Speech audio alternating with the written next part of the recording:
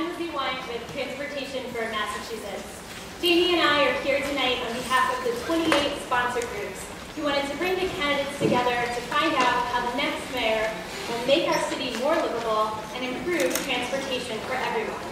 Raise your hand if you are part of tonight's sponsor groups as I call out the sponsor group names. Alston Bright Bikes, Arbor Way Committee, Bikes Not Lounge, Boston Collaborative for Food and Fitness, Boston Collective Delivery, Boston Park Advocates, Charles River Conservancy, Circle the City, Conservation Law Foundation, Emerald Necklace Conservancy, the Environmental League of Massachusetts, Fairmount Indigo Line CDC Collaborative, Franklin Park Coalition, Green Streets Initiative, Livable Streets Alliance, and then the Massachusetts Association of Community Development Corporations, Massachusetts Bicycle Coalition, Massachusetts League of Environmental Voters, Massachusetts Public Health Association, Mattapan Food and Fitness Coalition, Metropolitan Area Planning Council, Northeastern University, On the Move, Rutherford Corridor Improvement Coalition, Southwest Corridor Park Conservancy, Transportation for Massachusetts, and Walk Boston. What a great bunch of groups representing just a huge amount of people in our city and a huge amount of interest. I want to thank everyone who made tonight possible, and I just want to also thank everybody sitting in this room today, and also watching in the other room as well. It's just really inspiring to see that so many people care about making Boston a more livable city. Tonight promises to be an interesting evening. The preliminary election is just 1 week away. All the candidates were invited to the forum this evening. You will hear from 9 of them tonight. Many of them provided answers to a questionnaire that we sent out along with a briefing book. We had a few copies of at the beginning, but you could visit transportation.blogspot.com for a copy of the briefing book and survey answers. We would also be remiss if we didn't thank one of our honored guests in the audience this evening, Secretary Rich Davey, who has just been an incredible inspiration for all of us who do transportation.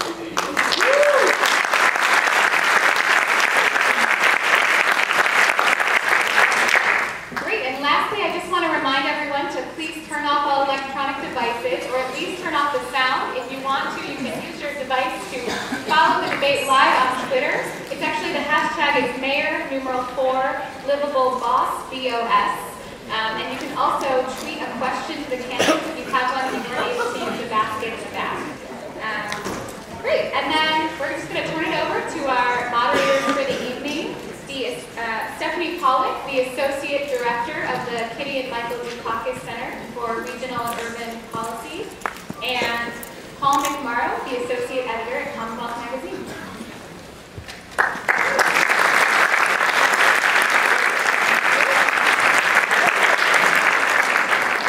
So again, I want to thank everyone for being here this evening, and to just say how excited we are to have wonderful candidates and this terrific audience. Transportation is one of those issues that I think interests everyone because it's so much a part of the quality of life and the economy and vitality of the wonderful city that is Boston. And so we're hoping to have a great conversation this evening and hopefully help everyone learn some things that will help them sort out the different candidates' position on this important topic in the week between now and the primary. We're going to try several different formats to try to get as much information and about the candidates' positions out there as we can. And my other hope, and I know a lot of the folks in this room are going to be back talking to whichever of these candidates becomes the next mayor of Boston, reminding them of some of the things they said tonight to make sure that we get some follow-through. So with that, I'm going to ask my co-moderator, Paul, to just quickly go through the format for how the evening is going to work and then start the questioning. Paul. Paul Mayoral with Commonwealth Magazine and the Boston Globe op-ed page. Multiple question formats. We have some long answers. We have some short answers to which a few of you will be asked to respond. We also have rapid-fire questions. The most important thing is to pay attention to the gentleman with the bright red sign. When he holds it up, you will come to a stop and we'll keep this thing moving. Stephanie's going to kick it off with a rapid fire.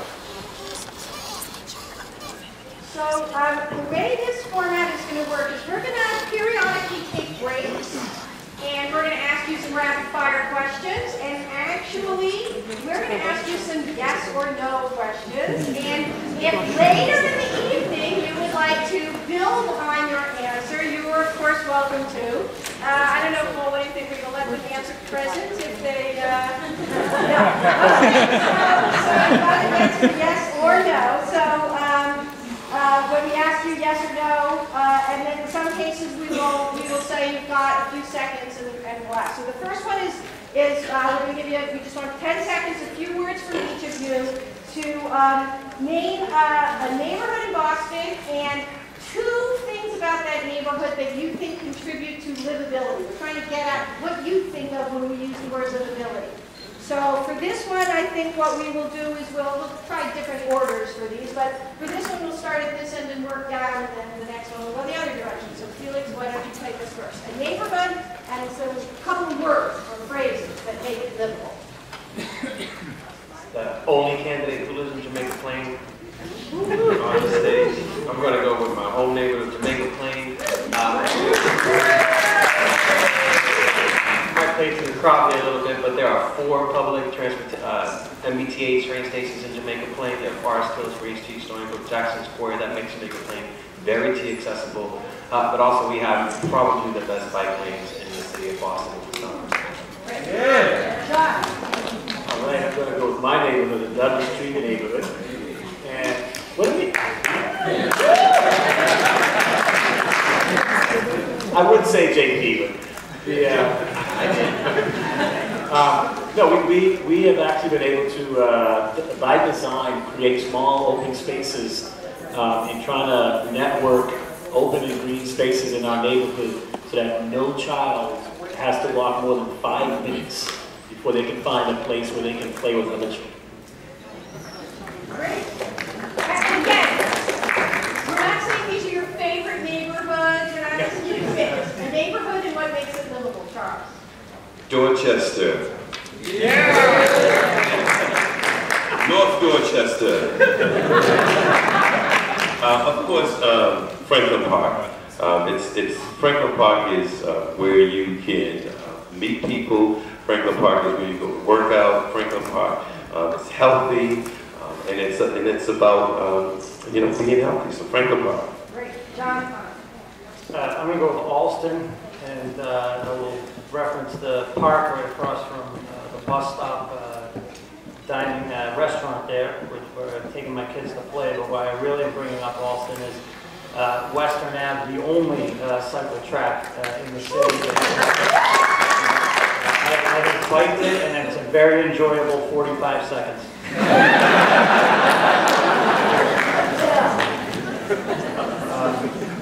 Of course I love Dorchester.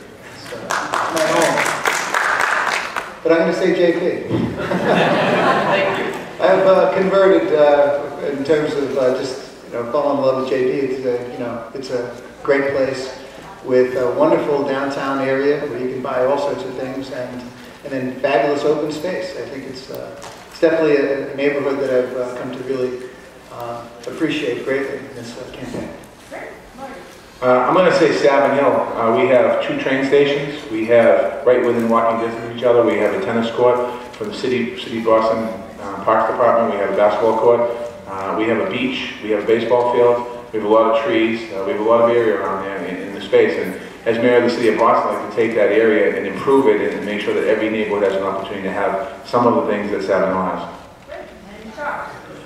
I would say Dorchester as well, not only because I've raised, along with my wife Marzetta, 4 children, but it's the only neighborhood where you can, at least suburban, only neighborhood south of downtown Boston, that you actually have a strong system of, you have diversity, you have a subway stop, you have a feel of suburbia right in the heart of the city, particularly with regards to Wellesley Park and Melville Avenue. So I would have to say my home of Dorchester. Great. And as a test of thinking on your feet, Counselor, what we were doing was we're doing a lightning round of questions, and the question is to name a neighborhood. It doesn't mean it's your favorite, but a neighborhood of the city. 10 seconds, a couple things about that neighborhood that you think really illustrate what it means for a neighborhood to be livable. You know, I'm really bullish on East Boston. I think it's such a cool neighborhood. I think we have to make sure you can get there. I am committed to working with Chelsea to make sure that we have a direct path, a safe path for our bikers. But I gotta confess, I like the food. I like the food of East Boston, and I think it's just a great, edgy, diverse community, and I'm a big fan. Great. Okay, so guys did a great job. Hopefully we'll keep that up for the evening. Now the next set of lightning questions are very simple because they're just raise your hand, yes, no questions to sort of help give folks in the room and who are watching a sense of sort of how you use the transportation system that's available in the city of Boston.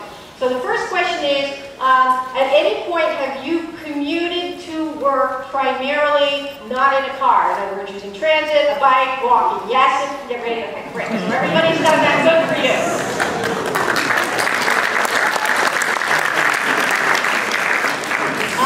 Second question is, do you either own a bicycle or a Hubway bike sharing membership? Raise your hand if the answer is yes. Terrific. Okay. The next question is, do you have a monthly MBTA pass? Oh, should we show it? No. Okay, we got one.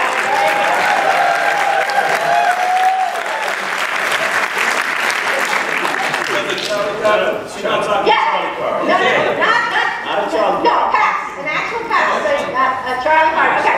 So we'll do that one too. Just pour out. How many people have a Charlie card on right now? Okay. That's fair follow-up question. We're going to trust and verify. Okay. So. All right. And this is the last question in the lightning round, and then I'm going to turn it over to Paul, and we're going to give you a little longer to give answers. But the last question is, last time the city of Boston did a citywide transportation master plan was around the year 2000. If you were elected mayor, yes or no, would you fund the development of a new master plan on transportation for the city? Yes, raise your hand if the answer is yes. Terrific. All right.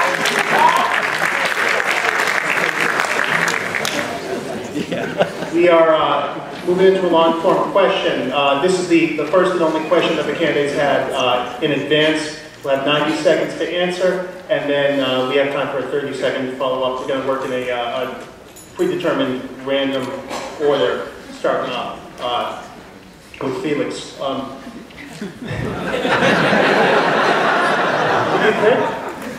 If you're thirsty, we can wait. Very random.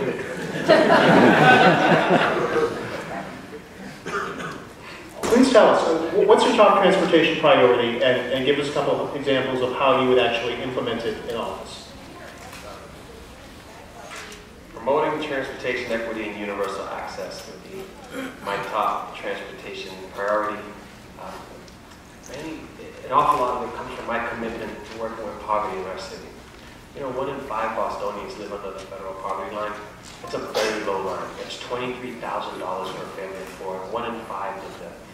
40% of Latino children, 35% of black children, 1 in 3 Asians. It's a very serious issue in our city. And if we're not promoting transportation equity and universal access, then we're not going to be able to get out of poverty. We need transportation.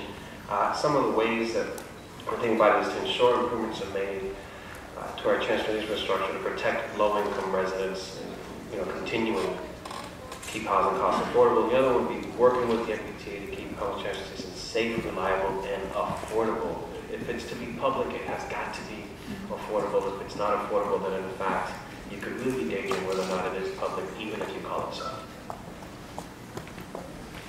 And just as a quick follow-up, how would you measure equity? Is it by commute times? Is it by access to routes? Who has subways versus who has bus access?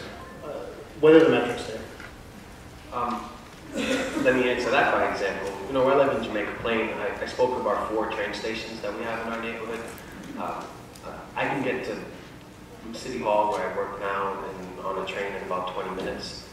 If I was to do that from a neighboring neighborhood, it could take an hour and 10 minutes. The difference in a car would be 5 minutes from my home, but it would still take an hour and 10 minutes. That's not transportation equity. And we have to work to ensure that that's possible. We had an opportunity to really work towards that. Legislature had a governor's tax plan before them that would have helped with that. They dropped the ball. They didn't support it. I would have supported it as mayor. I'm going to move for something very similar. Bill Walczak, your top transportation priority as mayor. My top transportation priority would be to change the culture that leads us towards automobiles. I think in order to be able to do that, we need comprehensive master planning across our city and across our region around making sure that that we have transportation that allows people to get away from their cars. So that includes an ability to bike, an ability to walk, an ability to take public transportation.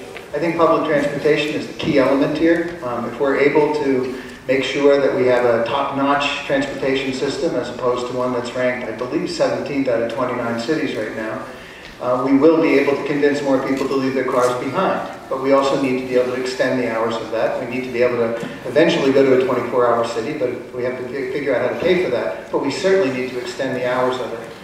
I think transit-oriented development is also a major factor here. If we're able to build more dense housing around our transit stations, around bus stations, commuter rail stations, and do it in a regional basis. These issues are regional issues. Mayor of Boston needs to be the mayor of Boston, but focused on the region for so many issues, especially transportation. This is one of my goals, is to be regionally oriented so that we can really deal with all of those issues, the alternatives to automobile transit and moving more towards alternative transportation modes. As a quick follow-up, Bill, you talked about changing on the culture. Do you have a number in mind in terms of the target of non-automotive commuters that you'd like to see? And does that number differ for Boston, City of Boston residents versus folks coming in from Cambridge, Somerville, and beyond? What's the question? Rich Davies up front, a mode shift number. What's your target for non-automotive commuters? I mean, I know that there's an idea that we can get upwards of 50%. I think that's a reach for this particular generation, but I don't think that a quarter of all transportation trips by alternative means is beyond our scope, beyond the possibility for Boston. It's a small-scale city, lots more people moving into the city of Boston, and if we're able to really provide the kind of transportation system and the housing that's necessary to be able to accommodate that, we should be able to drive that number upwards towards half over the next 20 years. Marty Walsh, 90 seconds, your top transportation priorities, man. I think the first thing is coming up with a true transportation plan in the city of Boston that works with MassDOT and the MBTA on how do we improve service. I think we have to certainly improve service to underserved communities with public transportation. We also have to look at connecting bike lanes in the city of Boston. There's been a lot of discussion in these forums and in this campaign about having true bike lanes. And we have a bike lane on Dorchester Avenue, but it's really not a safe bike lane, and it doesn't connect to anything. And we have to look at how do we connect bike lanes, like we're doing it with MassDOT and the former MDC, connecting the bike lane around the Neponset River. We also have to look at how do we bring in technology into the city of Boston as far as traffic lights, and it can also deal with bicycles and also pedestrians on the sidewalk. In my district, or right outside my district, we have a place called the Boston Home, and every resident in that home is in a wheelchair. We should have the technology in our lighting systems that they have something hooked up to their wheelchair, they can change the light for them and be able to tell that it's a longer light cycle than others. We also need to be able to move traffic around the city of Boston. I think by upgrading our light signals here, in certain parts of the city trying to get here, you go from light to light, red to red to red to red, green to red, green to red, green to red. And there should be a way to be able to move the traffic around the city of Boston by working in a central office that's been moving it along. And also walking. We have to also do more about walking. We should be able to make sure that our children and anybody who wants to walk to a park is walking there safe, where the crosswalks are well designated and at night well lit, so people have a chance to be able to walk to the park. Prior to tonight, either all of you or all your staffs answered some questionnaires, the results of which are posted on the website right there. Marty, in your survey, you said that you were well qualified as mayor to work with the MBTA to try to make it more customer service oriented. Please walk us through what you would do as mayor to that end. I mean, first of all, I have a very open dialogue with the MBTA, and I think my 16 years on Beacon Hill, I've always had an open line of communication with the MBTA, regardless of who the general manager was. I've worked with them in, one example is in my district of Dorchester. One of the first things I was able to secure was funding to renovate the 4 red line stations. If you look at the map of the MBTA, you see a spider. And there were 4 stations on that. The last 4 stations on that map to be renovated was Savin Hill, Fields Corner, Ashmont, and Shawmut. And I was able to work with the MBTA to secure funding for that. And I've always had a very good, close relationship with the MBTA and being able to work out different items in my district. And I certainly will be able to do that as mayor. John Barris, 90 seconds, please, your top transportation priority as mayor. My top priority would be creating more livable communities through zoning and planning. We absolutely need to create a master plan. And the master plan needs to be citywide, but it needs to start in our neighborhoods. We need to make sure that our neighborhoods and the residents in our neighborhoods are guiding the projects and development. And then we need to make Boston streets more human scale. We have way too many streets that are kind of drive-throughs in our neighborhood. You know, cars are just going through and they're not stopping on main streets, and there's no reason to stop. And part of that is you know, reducing some of the size of the street, giving it more to pedestrians, giving it more to bikes, and making it that cars can't just fly through our streets. And then we need to put more buildings on the edge of the streets and put parking in the back with less curb cuts, making it more pedestrian friendly, and making sure that we've got more activity on the first floor, that people are actually active in our neighborhoods, and there's reason to stop and there's reason to go into buildings, etc. We need to make sure that when we renovate a building or when we create new buildings, that there is infrastructure for biking, for bicycling, and for car sharing, and that this just is a part of our culture and what we're doing. And then, you know, finally, after we do the planning and rethink our neighborhoods and make it more livable, we need to change the zoning and make it easier for us to get there and make the permitting process a lot friendlier for this. Thank you. Quickly, it seems like a lot of what you're talking about right here is an interaction between the BRA and the Boston Transportation Department inside City Hall. Do you feel that they work together often enough right now? Yeah, you know, I don't think, I think our departments are siloed at the city, you know, 42 departments and siloed. I think one of the ways that we can make sure that they're working better together is to have comprehensive planning. If in fact all of our planning had a livability lens, had a sustainability lens, and we were asking for, and we separated planning out of the VRA and created a planning department for the city, then we would ask transportation and VRA to respond to that planning and not have everybody planning their different spheres and different silos. Great. So I'm just going to continue in the same vein. The next candidate is Charles Clemens. What would be your top transportation priorities and some specific examples? 90 seconds. Thank you. As the owner of a transportation company for 23 years, I've always listened to my customers. So community process is really important. Listening to the residents, having community meetings, not when a project is about to happen, but having that dialogue with the community on an ongoing basis, listening to the community. Because when you listen to the community, you can find out exactly what's needed. You have folks that ride bicycles, so definitely it would be cycling, the pedestrians, and then of course those that drive vehicles. They have to work together in harmony. So as mayor of the city of Boston, I want to make sure that dialogue is happening. And then also, we have to get into the funding and make sure that we have the money to make sure that what the community needs happens. Thank you. quick follow-up question. In your questionnaire, you talked about working as mayor with MassDOT and the MBTA. You just mentioned funding. What do you think is the city's responsibility on these issues, and what do you think is the state responsibility? But I think we share those responsibilities, and I have this master plan that I sent to the governor in 2009 as far as funding. And this one here, a lot of people will agree on that when it comes to property taxes, colleges and universities do not pay the same amount of taxes that we pay. They pay something in lieu of. If you were to have the colleges and universities in 1 year pay the same amount of taxes that we pay, it would generate $47 billion. With the state and a $9 billion deficit, we can offset that. Okay. Mike Ross, 90 seconds, your top transportation priorities with some examples. I want to be as committed to public transit as Secretary Rich Davies. I want that to be the standard. You know, for years and well in the past, it used to be that the MBTA was a state agency, not a city agency. The next mayor of the city of Boston can't treat it like a state agency. He has to treat it like it's their problem, and I will. We have to prioritize everything the MBTA is doing, and we can't do it alone. We need to partner with our friends from Cambridge and Somerville and form an urban caucus up at the State House, so that half measures, like what was recently passed at the State House, don't get passed again. We need to stand together and insist that there's a full funding of our MBTA, and we need to plan.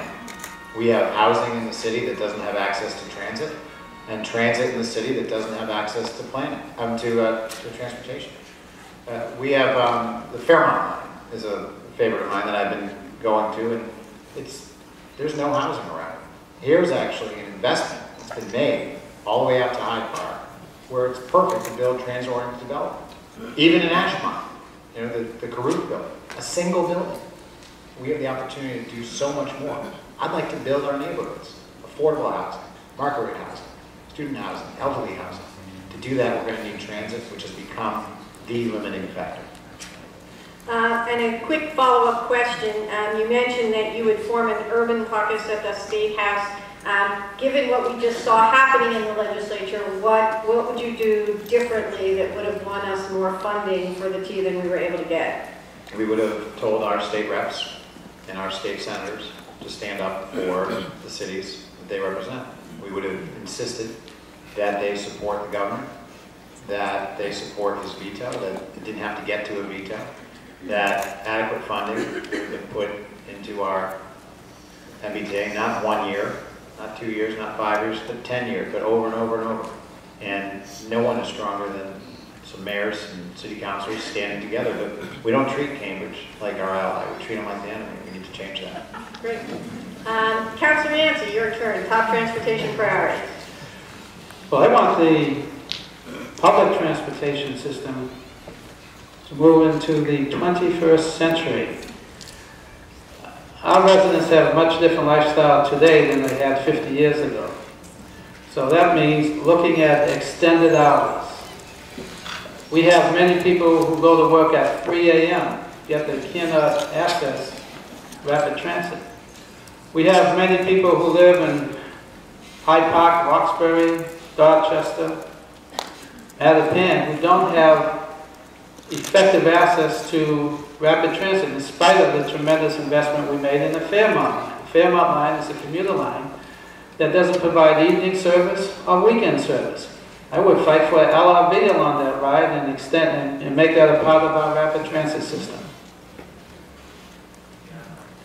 As a follow-up, do you have specific ideas for how you could work with the MBTA and make these things happen and pay for them? Yes, in fact, every time I talk to Secretary Davies, he leaves with $10 million less in his pocket.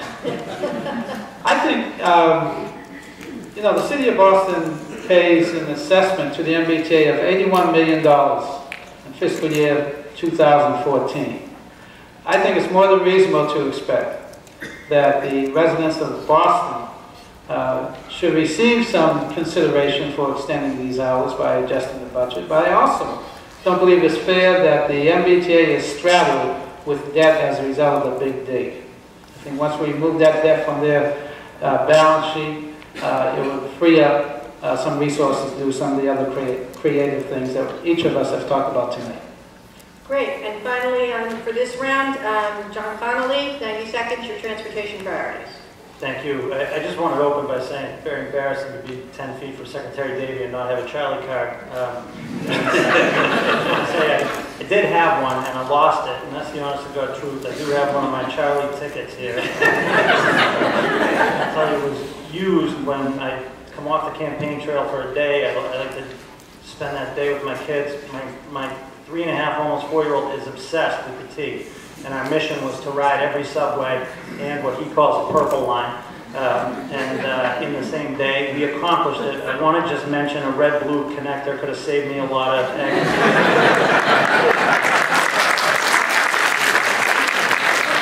I know you're passionate about that as well. So, but look, my top priority, something a mayor can do right in day one that I will do is I will reshape the Boston Transportation Department so that we adopt complete streets planning as our rule in everything that we do when it comes to streetscapes and intersections and all that the Boston Transportation Department does, so that we put pedestrians, cyclists, and motorists on an equal footing, and that we have complete streets guidelines flowing through all that we will do in city government. I want to make that an absolute priority. As part of that, another substantive piece that a mayor can make happen, use our capital budget to prioritize the construction of cycle tracks. Make that happen in my first budget. Those are the priorities where I would begin. Great. Now, in your answer, you mentioned the Boston Transportation Department. In your questionnaire, you also talked about the Boston Redevelopment Authority. What do you see as the roles of those two agencies in a transportation agenda for the next mayor? Well, I think, again, as I think many of us have talked about during the course of this campaign, we need to bring a new era of transparency to the Boston Redevelopment Authority. I want to see planning separated, and whether it's as an entirely separate or within, under the umbrella, I'm open to any idea that will enable us to plan as a city. And part of that planning means we have to think about every facet of the plan, including transportation, and that's where I would just come back again and say, we simply need to make sure that the engineers and all of the personnel in the Boston Transportation Department are following guidelines that put complete streets planning at the beginning and the middle of all that we do. It is rapid fire time. Again, we're going to start it. Charles Yancey, and work our way back this way. In 10 seconds or less, please tell us what your favorite public space is in Boston and why.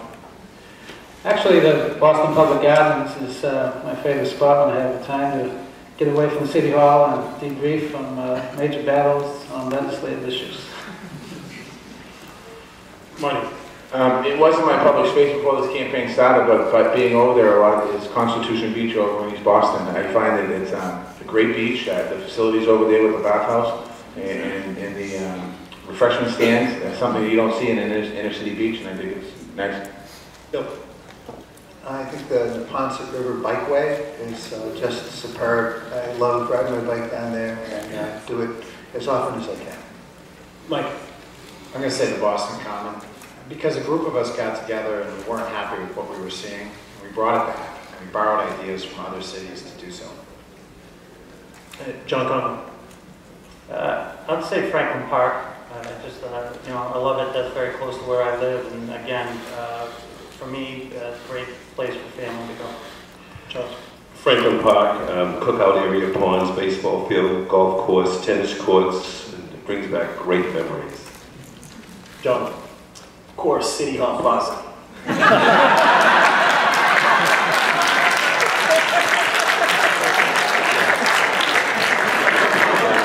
a joke. I get done with City Hall Plaza, you guys will not laugh.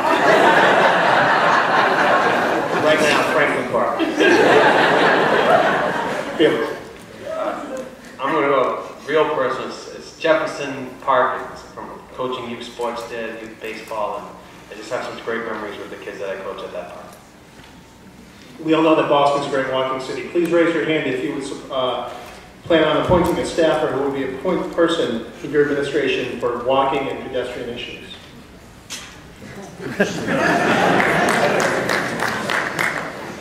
Please raise your hand if you would create a separate planning agency outside of Boston Redevelopment Agency Authority.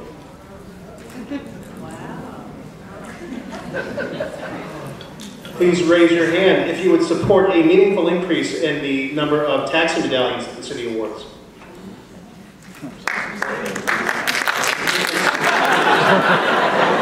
If you would increase the number of medallions. Increase the number of medallions.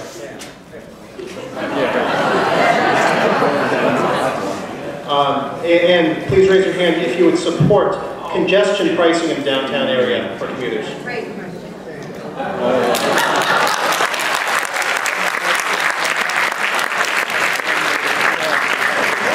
You can tell Derek we asked the question. Okay, so in the next round of questions, the way we're going to do them is we're going to ask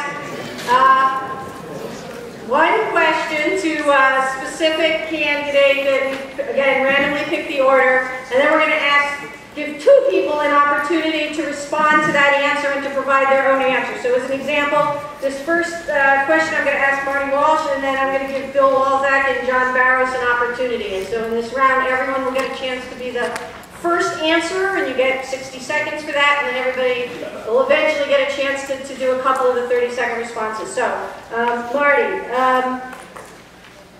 everyone has talked about the importance of public transportation and the fact that not all neighborhoods in Boston have equal access to transportation, and the fact that the T doesn't have enough money. So, you know, you've obviously been on the Hill through the recent debate. Some specific ideas for what you would do to improve the MBTA system, to work with the MBTA as mayor?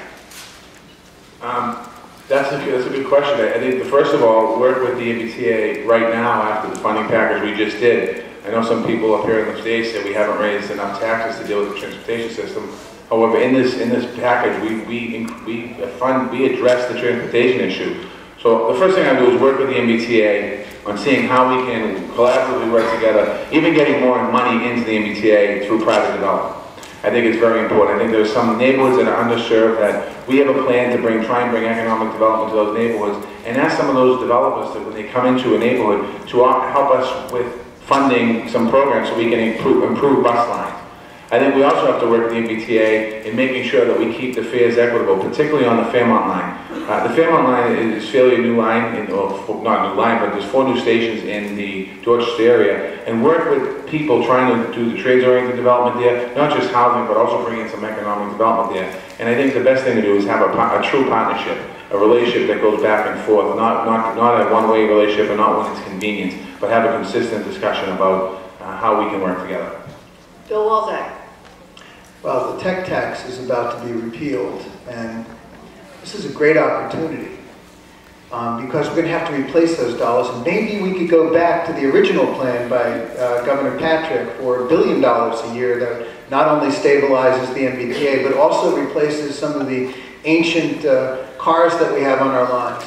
But we need to do better than that. So I would absolutely say this is our opportunity to go all the way and do things like extend the Silver Line to Mattapan Square and make sure that we have the urban ring and extend the blue line and the green line. This is our opportunity now because it's all going to be revisited now. Great. John Barros?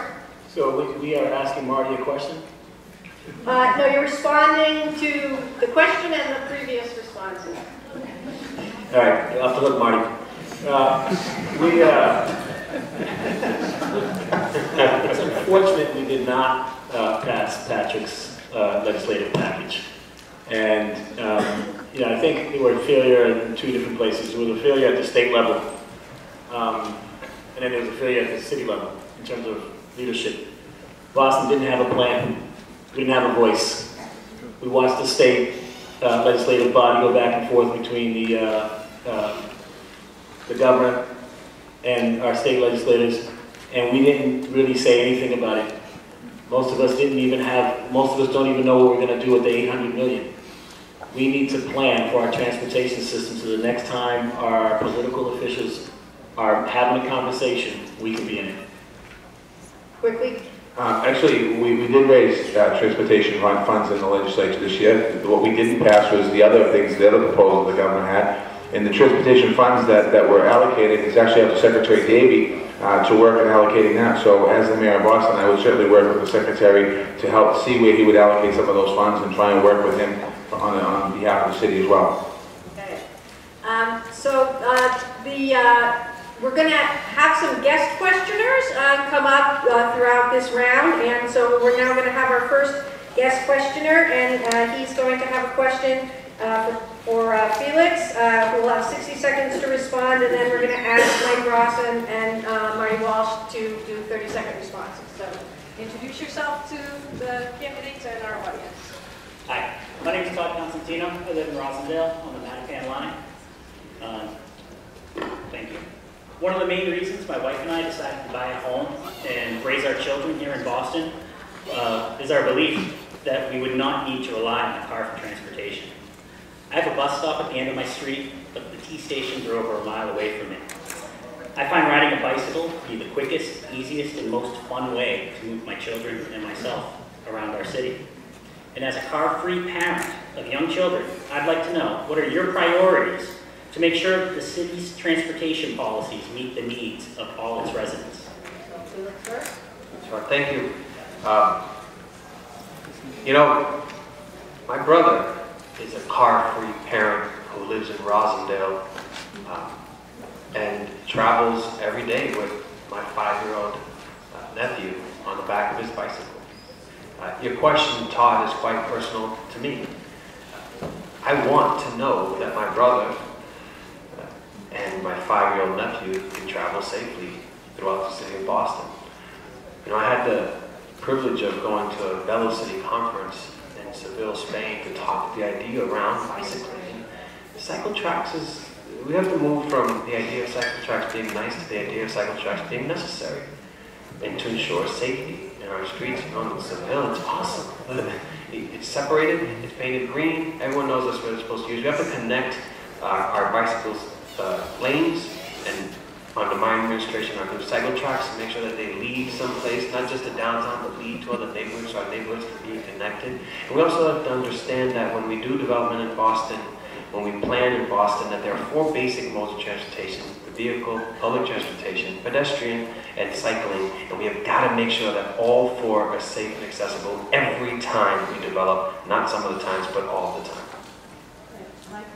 Thanks, Todd. Cycle tracks are obviously going to be the safest choice for you and your family, and they need to, as Felix said, go downtown, but also connect our neighborhoods to each other. And they should be as wide as possible, 5 feet where we can make it, 6 feet if we can.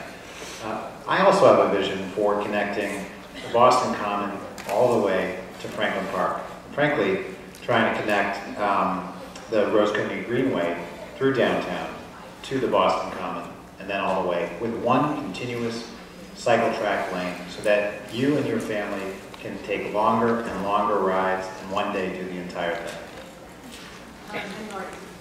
I think one of the things that I mentioned earlier was connecting bike lanes around the city of Boston. I think it's vitally important that as we develop our city and our neighborhoods, that we really do connect bike lanes. We had an opportunity in Dorchester with Dorchester Avenue with the stimulus programs to really do some great things on Dorchester Avenue for bicyclists, and we didn't do it. We paid the lines down the side. But we also have to do more education of bikers and drivers to let people know, and we have to do PSAs, public service announcements. The Mass Pike, they put PSAs on the Mass Pike all the time. We have to make drivers more aware of the fact that there are bicyclists out there, and to be careful, and also tell bicyclists that there are cars on the road, so you have to be careful as well. I think that's one of the things that's lacking here. Great, thank you. And thank you, Todd. You speak for a lot of people.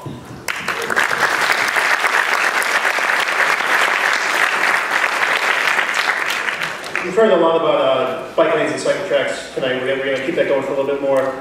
60 seconds to Bill Walczak, and then 30-second responses from Felix and Charles Clemens. Where and when would you put down both bike lanes, cycle tracks, and also dedicated bus lanes? What are the factors that you would weigh? What are the metrics? Take me through your thought process as mayor, as where these would actually go and how you would make it happen, please. Well, I've been a strong advocate for replicating Washington Street in the South End.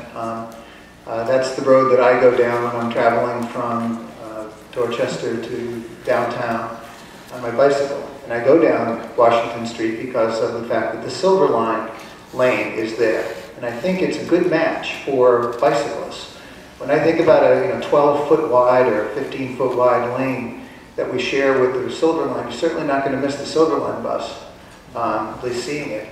And one of the things that's really important is being able to have really good roads that have wide access.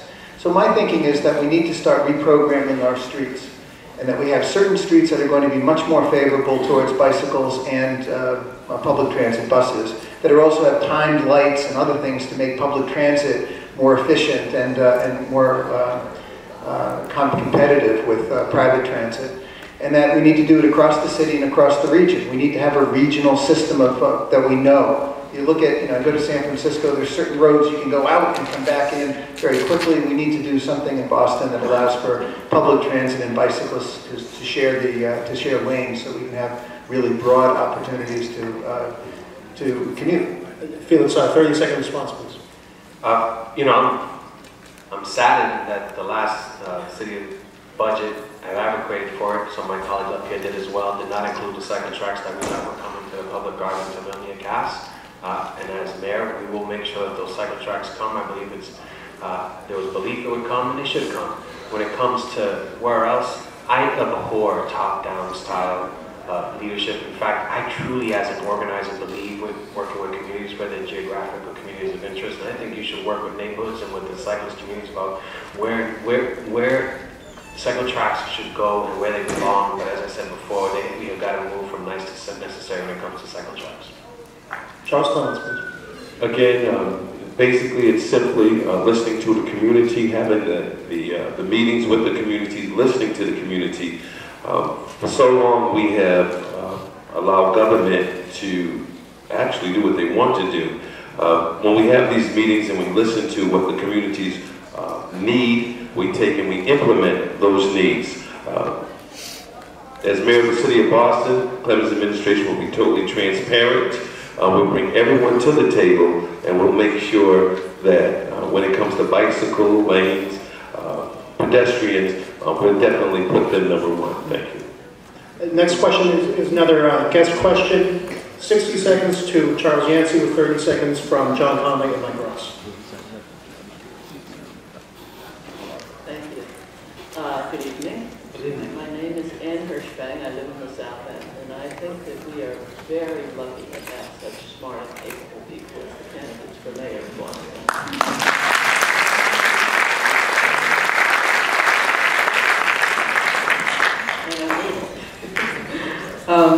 I'm a member of Walk Boston, which is a pedestrian advocacy group, and we're the first in the country, 23 years and counting.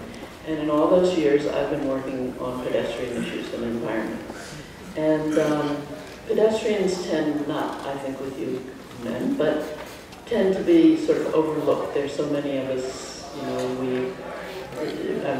everybody's a pedestrian. They walk to work, they walk to the train, back from the train, you walk to the park. I mean, everything you've said about your favorite park and everywhere is pedestrian related, but people tend not to focus on it. And in order to create good pedestrian environments, the comfortable, safe sidewalks, the intersections, the crosswalks, the signal timing, slowed cars, you need a lot of attention to it, and it needs to be brought to the front of your consciousness. So that's just my little opinion. But what do you think are the 3 or 4 most important things to be done to make Boston a better walking city? Well, first of all, Ann Hirschman, let me return the compliment. This has been the most engaged and intelligent audience of the dozens or so forums we've had in the city of Boston. I think there are a number of things we should do. First of all, we should fix our sidewalks and ramps, particularly out of respect for our senior citizens and our disabled.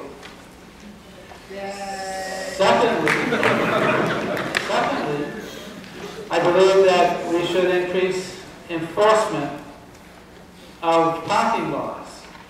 We should not tolerate double parking. We should not tolerate blocking out those ramps. And I believe that the public will benefit from it.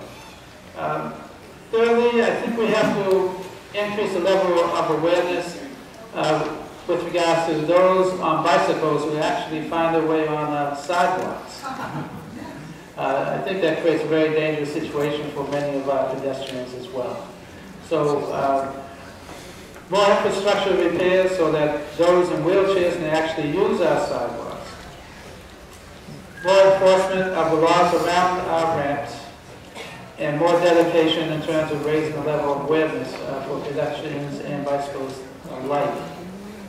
Many of our pedestrians are actually hit by our bicyclists. Thank you very much. John Conley. So I start again with my call for complete streets planning because we're going to put pedestrians on an even footing, pardon the pun, with motorists and cyclists, and that's really important when we think about this as a city. So we've also got to recognize with this, so that's where I'd start for first, but second, there's an equity piece here, and it would come true within the complete streets planning, but why is it that you can get off a bus in front of Faulkner Hospital and have a bus shelter, a beautifully painted crosswalk and signals that work, but you could take the same bus line down in front of the Shattuck Hospital and have to take your life into your own hands going across that's the equity piece at play, and when we have to think about how we work with our complete streets planning and making sure we're thinking about pedestrians. Last piece on that, traffic calming has to be a priority in how we design our streets and streetscapes. Really important if we're going to truly think about pedestrians. Thanks. Mike. And thanks for your leadership with Walk Boston and all you do. We need to upgrade our signalization for pedestrians and for cars. We are antiquated, we are behind, and we need to upgrade. We need to make those investments, and that will help create better predictability of behavior of cars and of pedestrians. And then we need to have a police department that starts enforcing traffic laws in the city of Boston.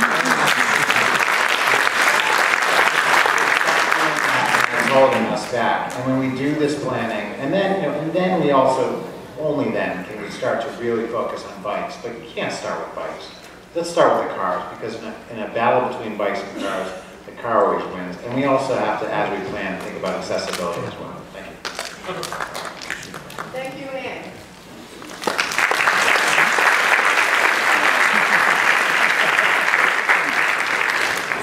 The next question comes to us from the audience. It's a 30-second question, and we are going to attempt to work our way down the line, starting from Felix and heading over to Charles. Picking up on something that we were just talking about just now, many of the recent cyclist and pedestrian deaths that we've seen in Boston have been caused by collisions with trucks and buses. What would you do as mayor to reduce the danger posed to pedestrians and to bicyclists by large vehicles? Felix. Maybe I'm going to sing a song here again, but cycle tracks and ensuring that we can create separated spaces from the streets. It's also education towards our trucks and buses, and it's also about collecting information from all of its sources, from the police, from the hospitals, or where these accidents are happening the most. Sure, many end tragically in fatalities, but many end with people being hurt, and we should have that information as well so we know exactly where the problem is happening so we can attack the issue with good, sound data. John, 30 seconds, please. Yeah, no, I agree. I think that we know that there are some dangerous intersections. We've got to create some traffic calming in those dangerous intersections as well as adding cycling tracks. But then I think there are some intersections we might not know about. So collecting information, but particularly maybe using some app and doing some crowdsourcing. Working with bicyclists, letting us know what their experiences are, and then bringing some complete street planning to those areas. We know Commonwealth Ave has some issues around Commonwealth Ave. Washington Street has some issues. We haven't done anything about it. We actually have to address those issues. Educating the community, and of course, being a former Boston police officer, law enforcement with the traffic, and then again, getting information from the residents, and that's really important. John? Cycle tracks, for starters, again, the complete streets planning, and think about the young man, young school age boy who died over in Alston Brighton near Twin Donuts and the Horace Mann, Jackson Mann School. That intersection is a disaster area, and it was only a matter of time before that happened. That's better planning. And then also other more proactive pieces, not my idea, but something some biking advocates have talked to me about. Let's make sure that we have mandatory bike safety for all incoming freshmen in our colleges and universities, and let's do everything we can from a proactive standpoint to prevent. Mike, 30 seconds on how you would reduce the danger caused by large vehicles. Yeah, a couple things. I've called for the start of a problem intersection task force. So what's been happening in the city is we wait for an accident to occur, and then we identify that intersection as a dangerous intersection. That's horrible, put people's lives at risk. The biking community knows where those intersections are. We need to work on that. Sometimes it's as simple as just sliding a bus stop backwards 15 feet. We also need to get as many partners to support under truck gates, so that in the event that someone does fall, they don't fall underneath the truck, and that they're protected. We need to make that mandatory on public vehicles where they apply. Bill, 30 seconds, please. I'll let my voice to cycle tracks. We'll also say better signage and lighting in difficult intersections that we know already exist. I'd say that traffic enforcement. We have terrible traffic enforcement in Boston, and we see cars and buses and all sorts of things go right through traffic lights. And the last thing is we need to change our educational system for drivers. We need to really re-emphasize the fact that there are different, there are walkers and bikers that are also sharing the road and the sidewalk with them. And we need to do that for both bicycling education as well as for driver education. Marty. Thank you. I apologize, I have to leave after this question, but we have to slow the traffic down on our city streets. I mean, we have traffic speed limits that are 30 miles an hour and 25 miles an hour on some streets, and that's fast. People don't realize how fast it is, and it's fast. I think a lot of it's been said up here. Enforcement's important. Redesigning a lot of intersections is important. Education's important. There's not one solution to these problems. These are very difficult situations that we have to deal with. We have very small streets in our city of Boston. We have to find creative ways to be able to make sure that we connect bike lanes to make sure they're safe and travelable by everyone. Charles. I'm the last one to answer this question, so presumably everyone has come up with a solution by the time it gets to me. The only thing I like, and I agree with most of what my colleagues have to say, the only thing I would add is that we should not only look at the redesign of our streets, not only work on public education, but we have great engineers in this region. Why not take a look at how we can eliminate many of the blind spots on those large vehicles? Maybe with redesign of mirrors, cameras, there has to be a way to eliminate those blind spots. Mark, can I just ask you, we got 3 hand-raising questions coming up, rapid fire. Would you mind sticking around for 3 quick questions? Appreciate it. Please raise your hand for us if you would support a ballot measure to adopt the Community Preservation Act, which would enact a property tax surcharge that would help fund affordable housing, open space, and historic preservation.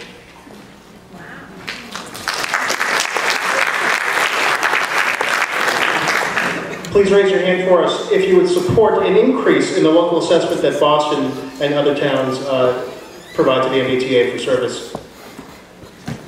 Increasing the local assessments that the city of Boston provides to the T, if that would result in better service. They got to reinvest it in Boston transportation. Yes.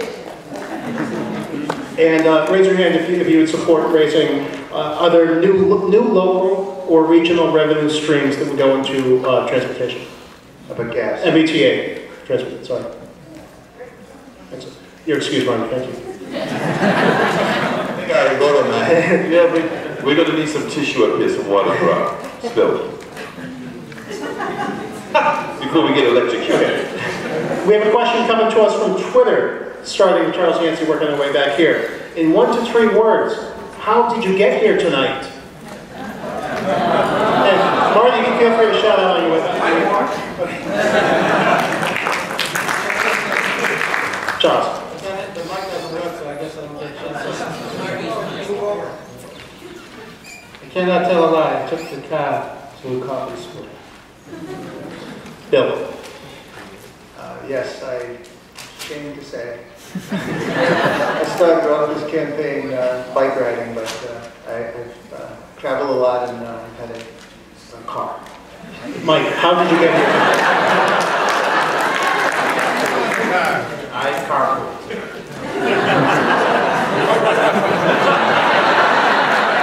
I have a follow-up. In a blue Volvo with my Mayoral sticker on the back? That's correct. John. I carpool with Mike Ross here.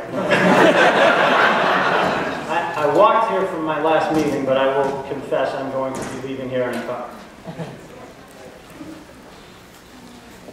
I drove myself. John. Yeah, I carpool. There were 3 of us in the car. Felix. Same with me, 3 in the car, all the licenses. All right, well, since I work at the Dukakis Center, I would just say that after you're elected, we expect you all to be on the team, so.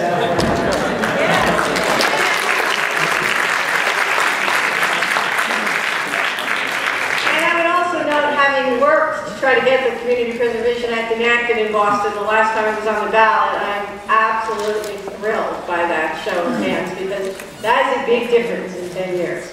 Okay, so we're going to continue with these questions to specific candidates, and then we're going to give you 60 seconds to answer, and then we're going to give 2 other folks 30 seconds to respond. This question is for John Conley, with responses by John Barros and Felix. There are connections, obviously, between the issues of public health and transportation, and we haven't talked a lot about public health this evening. So how could transportation policies in Boston help us advance our public health objectives? Well, it's all interconnected. And good transportation policy is good public health policy, good environmental policy. It's also good economic development policy. And that all goes to issues of equity and justice. Let's take the need for more bus rapid transit and effective bus rapid transit here. And I say that believing that it would be tough to get additional light rail investment in Boston. So the next mayor has got to prioritize going up to the State House and lobbying for more investments on bus rapid transit. We don't have a real connection from Logan to East Boston and Chelsea. That's an equity issue on a number of levels. That's how you connect poorer communities to the airport, but also to quality jobs in the seaport, and allow people to get there that way. So I think there's a significant issue on that front. Then we can get into the piece on air quality, and whether it's the good work of Councilor Arroyo on trying to reduce diesel emissions in the city, or chronic asthma in our most underserved communities. When we have better public transportation, we should then have better air quality in our city. So it's vitally connected. It needs to be part of a holistic plan. Great. So 30-second responses from John Barros and then Felix. Yeah, I just want to first start by, improving our transportation system is the best way to do this, and reducing traffic. However, I think, the Massachusetts DPH, MAPC have developed what's called a health impact assessment tool. And the health impact assessment tool provides an assessment on each project to give us a sense of its health impacts, transportation projects, and I think we can actually extend it to other things. And really begin to think about what we can do better in the city of Boston so that we can improve health. Already? Wow. 2 things, diesel emissions reduction ordinance, pass it. And then the other thing is to make sure that we have walkways and bike paths in every neighborhood. As a lifelong asthmatic and a lifelong Bostonian, much too common that those two go together. I fully recognize the relationship between environment, transportation system, and health. I appreciate the call to pass the diesel emission reduction ordinance since I wrote it. And as mayor, will work with John Barros to pass it.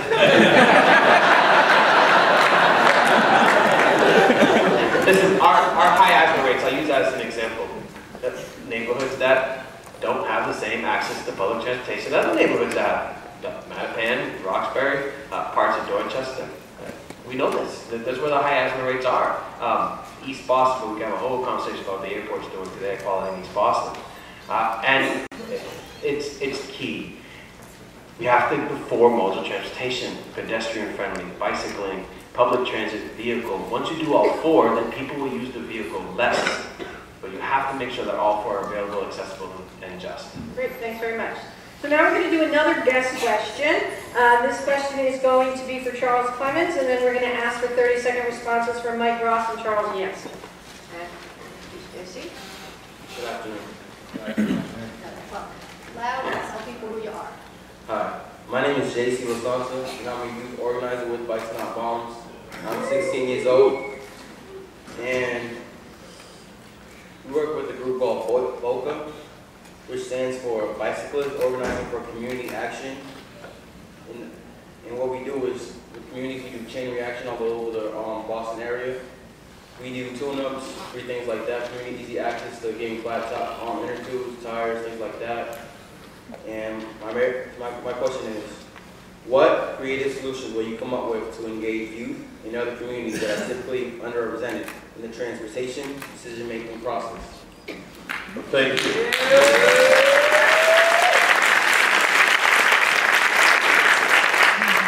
I'll say this, education is the key, and just like we have, or used to have, drivers ed in school, why not bicycle ed in school? It's real, thank you. It's education, like I said, education is the key, and when you have something that's right, and it's part of the solution, then we have to include everyone in this. And that, as I said, as mayor of the city of Boston, the Clemens administration is going to be totally transparent.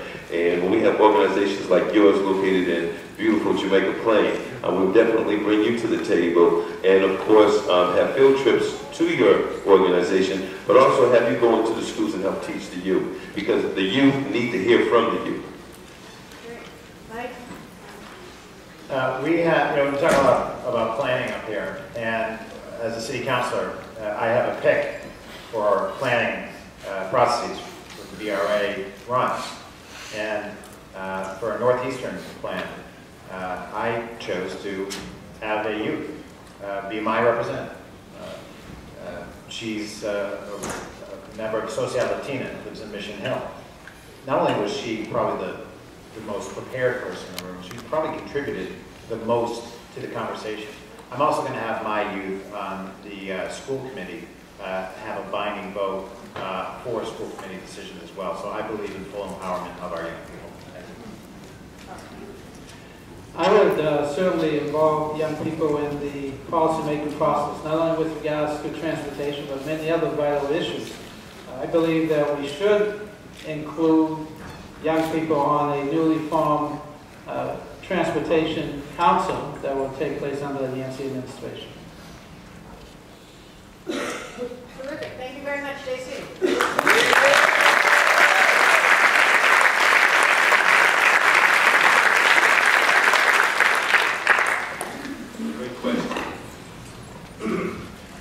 We all know that Mayor Menino recently announced an ambitious goal of constructing 30,000 new housing units by the year 2020. We also know that some of these conversations about where you put these new homes can get a little bit tricky when we drill down into the neighborhood level. 60 seconds to John Barrows, and then 30-second follow-ups to Charles Clemens and Bill Walzak.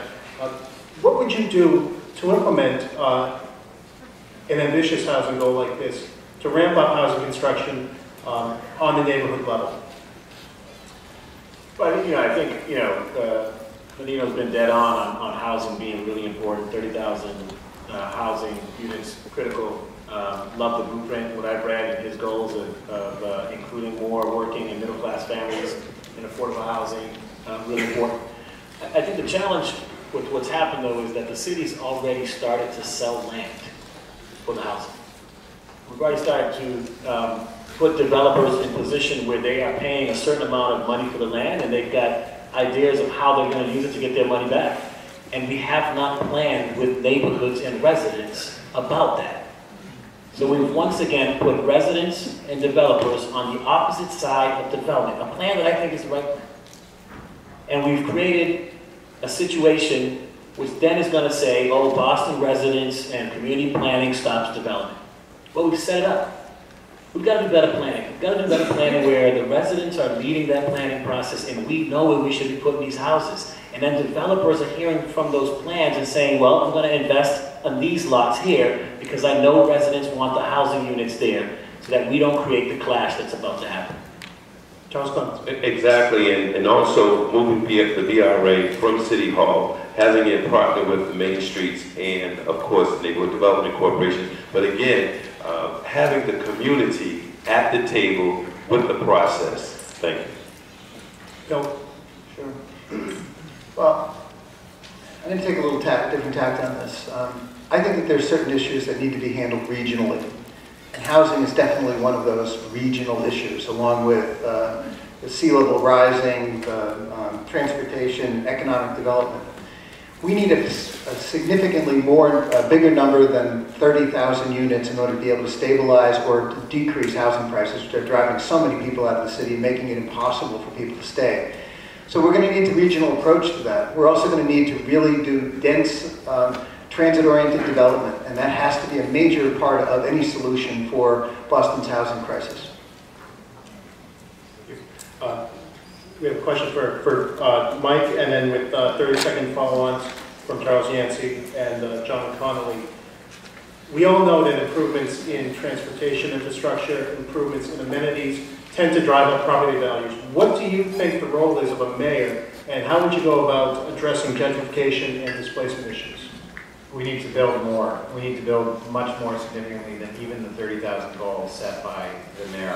When we brought in our property tax by building housing, and don't mean in the core of our city, I mean in neighborhoods that are absolutely hungry for development, we'll create additional resources to spend on what we're all talking about up here and what we're all raising our hands up here. I think we can really do a lot more development. Besides, we have neighborhoods that are craving it. They're absolutely craving it. They're looking for a business district. They're looking for not being gentrified. And what we've been doing in the city is basically seeing neighborhoods gentrify one after the other. New people move in, and the people that used to live there moved out. That's a false choice. It's a false choice that we haven't had to make. We can build enough housing for all of us to be here. The other thing is that I worked to create the first for-profit dormitory on Huntington Avenue with some of the neighbors from the Fenway community. That one dormitory will throw off $1.5 million for our tax revenue. I think we can start to collect new revenue from for-profit dormitories, but also eventually from regular dormitories. Charles. Yes, I would look forward to encouraging greater housing development with a proportion of all new housing being dedicated for affordability. We have far too many long-term residents who are being priced out of the market in their own neighborhoods. If we're going to increase the level of housing production, we have to ensure that at least a proportion, perhaps 30%, should be affordable. John. So I think we all realize now in Boston that market rate is actually just another way of saying luxury, and very few people can afford market rate in Boston anymore. So we've got to use inclusionary zoning, make sure we're maximizing linkage, and prioritize affordable housing from a thoughtful plan. But we've also got to add middle market housing in, because market rate is not middle market. Middle market starts at $1 above qualifying for affordable and goes right up into the heart of the middle class. So how do we do that? Well, we're going to have some uncomfortable conversations around height and density and the parking requirement. It's the only way we can do it. Thanks. All right, well, since we just heard the word parking, I think that that's a good topic to turn to. Maybe we'll get a little less aggravated. But first, we're going to do some rapid fire questions. These are the hand-raising ones again. So the first one is, would you commit to holding a nationwide search before you name the next transportation commissioner for the city of Boston? Raise your hand if yes for a nationwide search. Okay, so now we'll talk about the projects like the Casey Overpass and Rutherford Avenue, where we're bringing overpasses and underpasses to street level. Do you support the proposed redesigns for Casey and Rutherford Avenue? Raise your hand if yes. Come on. No, great job. There we go, starting to see some differences. All right, now let's The City of Boston's Climate Action Plan actually committed the city to begin charging for on-street residential parking permits, which are now free as of last year, but this did not occur. Raise your hand if you would support charging for residential parking permits the way Cambridge and Somerville do. Reasonable prices for on-street residential parking permits. Okay. Raise your hand if you would support changing the prices of parking meters so that we had different prices in different neighborhoods and at different times of day to try to reduce parking and traffic congestion. Okay. And so now what we're going to do is we're going to do a question on parking. We're going to give everybody a chance, and since I think we've started at both ends, we'll start in the middle and work our way out somehow. The Boston Redevelopment Authority recently proposed to reduce the amount of parking that would be required as part of the development approvals for new residential construction in the city of Boston, which raised some controversy. What would your policy be on parking, both on-street parking and parking in new developments, and how would you balance the needs of encouraging people not to drive and the fact that 60% of the people who live in Boston still own cars? So why don't we start in the middle, John, and then we'll sort of alternate. So Mike, then Charles, and we'll do it in that way. 60 seconds each, Tom, for the timekeeper. So we need to experiment with lowering the parking requirement. We need to find some appropriate places in the city. I would like to tie this to trans-oriented development. Again, in appropriate places where we can have a thoughtful plan, work with the community on it. What we need to see is, if we really want to price in the middle market, if we want to get folks in Boston who are struggling to afford to stay in the city, we've got to lower construction costs. And so how do you do that? Well, one, you have a quicker permitting process where you're going to build to the plan and prioritize not luxury, but middle market and affordable. Two, you're going to do more height and density. And three, you're going to lower the parking requirement. In all three cases, those will bring costs down and allow us to price housing so that a young professional, an artist, an empty nester, a senior on a fixed income may actually be able to afford to stay in the city. So I think we've got to experiment with it in appropriate places, and then hopefully it will work, and then look to broaden the scope. I've been a city council for 14 years, and in that time I've seen a huge change in this city. And I remember being in meetings in the Fenway, which is one of the greatest pedestrian neighborhoods in the city, ironically, given all the cars they see. And we were arguing with city planners to try to lower the ratio of zoning of cars to apartments way back then. And the developers actually were on board. They actually wanted to lower it as well. I think the marketplace is ripe for lower ratios. I think it would make it easier to develop. The cost of housing is too much today because you have to build on-site parking, and it's driving up the cost. And I was around when we pressed for shared drive, zip car to be brought in site. We have to codify that zoning in all places and get more aggressive on that as well as bicycle parking on projects as well. Thanks. I'm undecided on this question right here, so I'm gonna pass. Okay, that's fair. Bill? Sure. We know that the number of cars in the city of Boston is actually going down. We can kind of trend that and look at what's changing with the emergence of the millennials who are less likely to own cars. And as a result, I think it has to be done depending on the neighborhood, but I do support the general idea of lowering the number of parking cars per development, especially in, as has been pointed out, in transit-oriented development. We need high density in transit-oriented developments. We need to be able to understand that people that live near transit stations are going to be far less likely to need a car. And so we need to make sure that that happens because it will lower the cost of housing, as has been pointed out. I think we also ought to experiment with really green prefab housing in Boston as a way of driving down the cost and being able to produce more units that are affordable by Bostonians. And I think that's something that we haven't really done here in Boston, but I think it's we should be open to new ideas and innovation in that regard.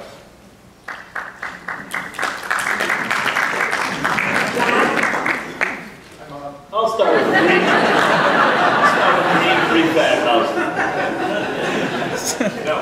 So we, you know, we absolutely, I think, need to make sure that you know, transit equity is a lens that we use on this. And so I would say we need to create zones around transit nodes. And as close you are to the closer you are to a transit node, the less parking. The further you are to a transit node, then you allow them for more and more parking. But we need to create more density and eliminate parking next to our transit nodes. The Fairmont line has been mentioned. It's a line that we worked very hard on. We need to pack up that line. It's all this ability to create some economic development, some housing next to that line, and really pack it up. And we need to do that. And that's like no parking.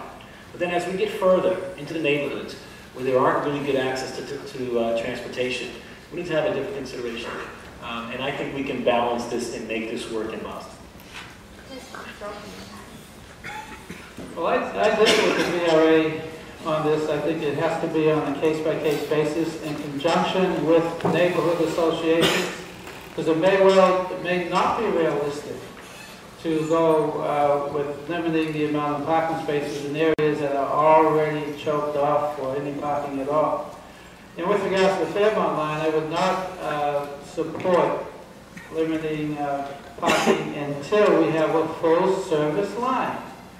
I think it's unrealistic to expect people who live along the Fairmont line to give up their vehicles when they can only use the Fairmont line during the day and not at the weekends at all. So if we're successful in providing full-service transit service along the Fairmont line, then I certainly would support it. But in the meantime, it has to be looked at on a case-by-case basis with heavy neighborhood involvement, because we have to be realistic. Those individuals in those high-rises will own vehicles as well and exacerbate an intolerable situation that exists in many of our neighborhoods, like the North End, Back Bay, Beacon Hill. I'm extremely open to the idea of limiting the parking requirement. Very much like the idea of transit-oriented development, and we should also stop being afraid of height in Boston. It's 47 square miles is our city. If we want more housing, in particular more affordable housing, there's one way to go to make that happen. If you do it by land mass, it's going to be very difficult to do it. But if you do it going up, you have a real opportunity to do more housing, more affordable housing. And we have to be careful here. We cannot assume that everybody's Boston is the same Boston.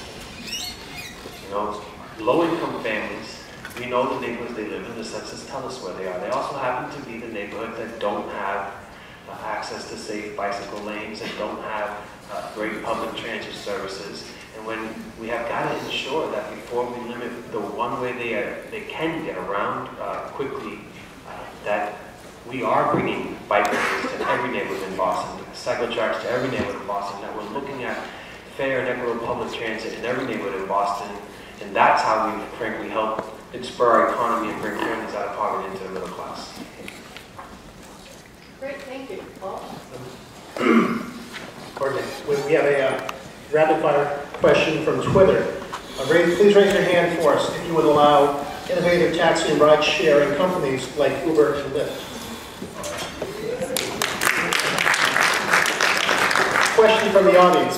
We read in the Globe past 3 Fridays in a row now about the coming traffic nightmare that's heading toward the seaport. But as you all know, because you read the Globe as well, Kendall Square has added millions of square feet in commercial space and residences without adding any vehicle trips.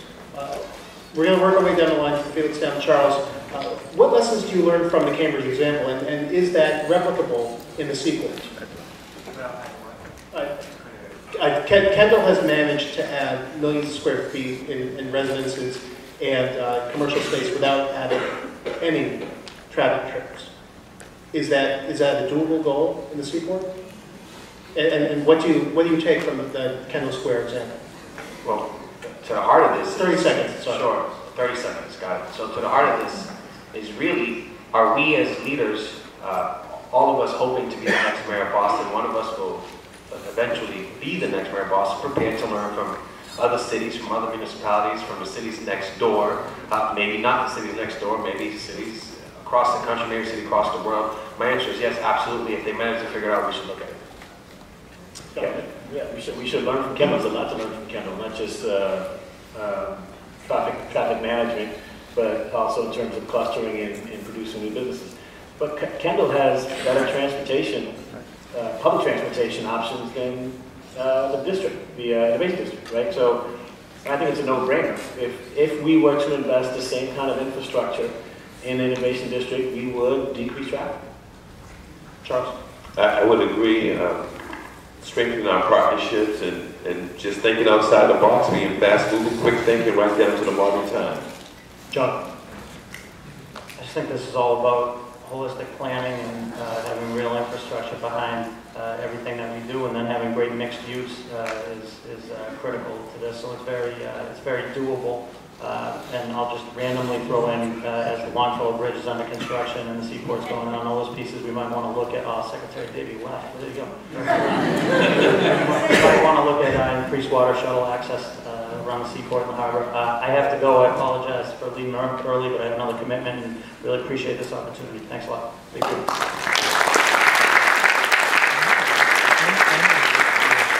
See my transportation plan at conleyforboston.com.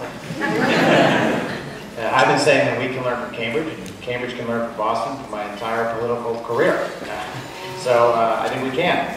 Cambridge has strong parking minimums and requires bike parking. Those are things that we should be doing in the city. We also need to plan. When we plan development, it can't be a separate planning process for transportation, and then a separate planning process for bike transportation. These have to be integrated planning processes that occur at the same time, all the time, every time. Bill? Oh, there is a plan, actually.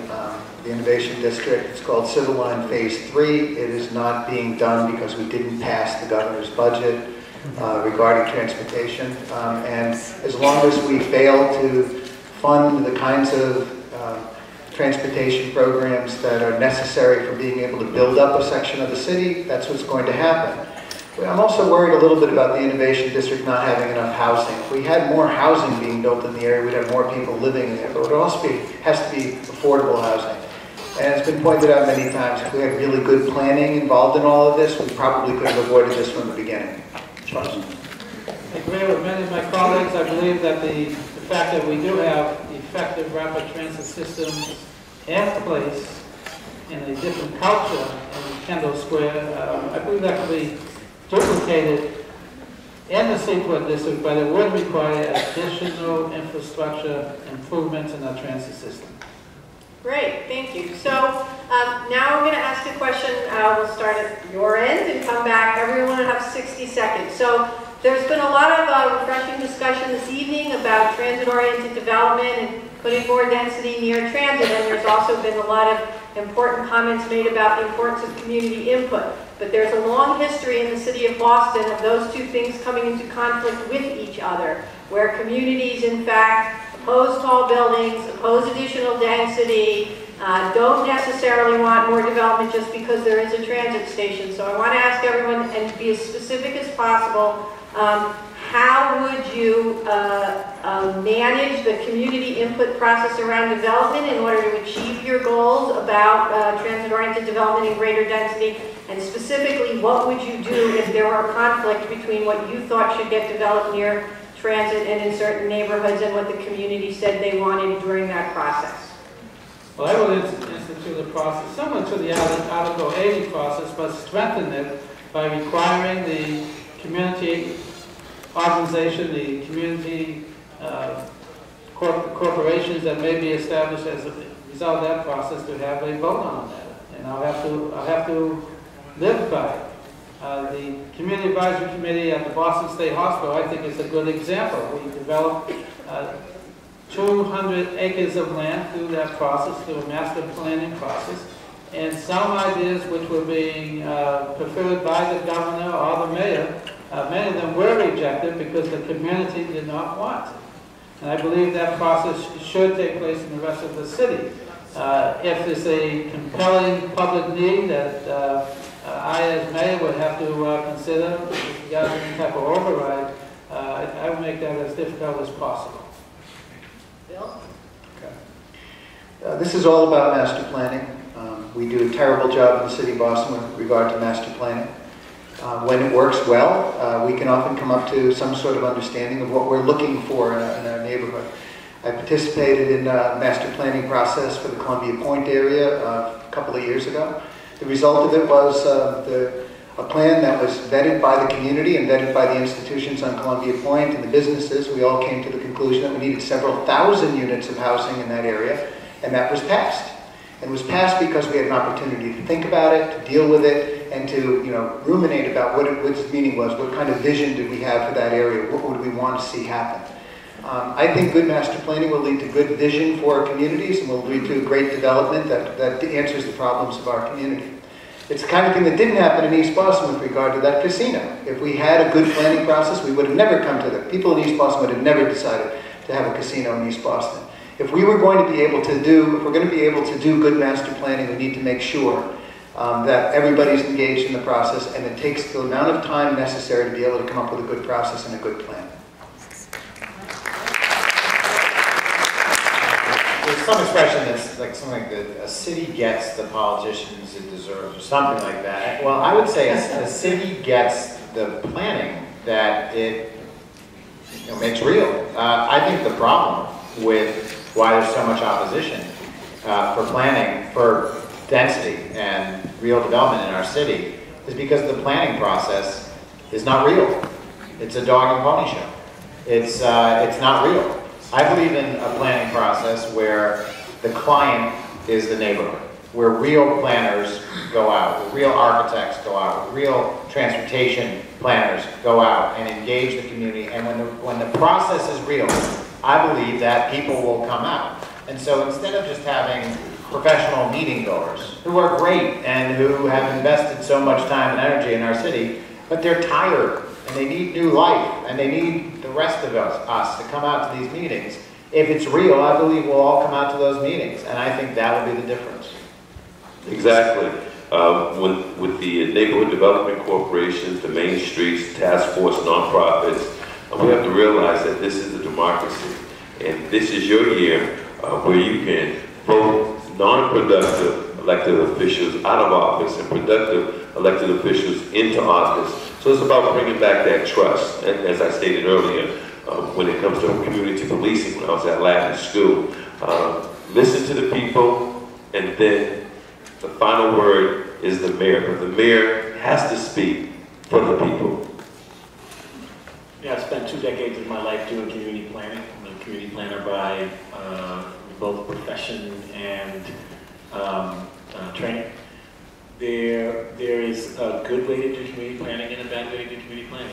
One of the things that we tend to create that are problems when in development is we allow developers to spend money up front. And when they spend money up front, they're already thinking about a development. They're figuring out how much they can get out of that piece of land. And then we put them in front of the neighborhood as if the neighborhood has a voice and a say, but it's very, very limited. We have to stop doing that. We have to allow neighbors to come in, plan for land use, and then tell developers what would be supported. So when they invest in that, it's something that the neighbors would support. We did the Dudley Street Neighborhood Initiative. We created a neighborhood plan called the Dudley Street Neighborhood Master Plan. I'd love to share with anybody here. And after we did that master plan, we then rezoned our neighborhood block by block. Developers knew what we would support. They came in, they put it on the table, we supported it, and it moved forward, and we changed the whole neighborhood. Boston can do that neighborhood by neighborhood. You know, I'm an organizer by training. In fact, I was an organizer before I became a member of the Boston City Council, and I'm very grateful for many in this room who have allowed me to serve as a city councilor in Boston for the last 4 years. This is exactly a job for an organizer. You know, when I started organizing, there was janitors making $9 an hour. None of the powers that be, as in the building owners, think of the people who own the Prudential building, thought that they should make more. But by organizing, they now make $16 an hour. They didn't have health benefits, they now do have health benefits. In fact, I know that when you bring ordinary people together, you can achieve extraordinary results. And I believe that the residents of Boston, in fact, do support transit-oriented development, will support the idea of building up if it brings more affordable housing. I don't think I'm in conflict with the majority. I think I speak with the majority on this issue. And as mayor, I will organize to bring folks together to ensure that these projects come through. Also, I will bring real planning The Boston Redevelopment Authority does not do real planning, and no foreseeable future will be doing real planning, and no one here should depend on the benevolence of the next mayor to have a voice in the direction of this city. By removing the planning department from the BRA, you will in fact have a voice in the direction of this city. This one came in over Twitter. I like it a lot, so it's going to be 30 seconds. We started out by asking, what do you think is the most livable city, most livable neighborhood in the city? Curious what you all think is the least livable neighborhood in the city. Not in the pejorative sense, but who needs the most love? And specifically, how would you go about basically, urbanizing spaces that need help? We'll start with Charles Yancey and work our way back here. 30 seconds. I was going to need 30 more seconds to think about it. The least livable part of the, I can't think of the least livable part of the city. There are challenges in every neighborhood. Certainly, in the neighborhood where I live, when I was first elected, we did not have a police station in Mattapan. We fought hard, we got a police station, we got community centers, we got the violence under control for a while, but there's still some issues.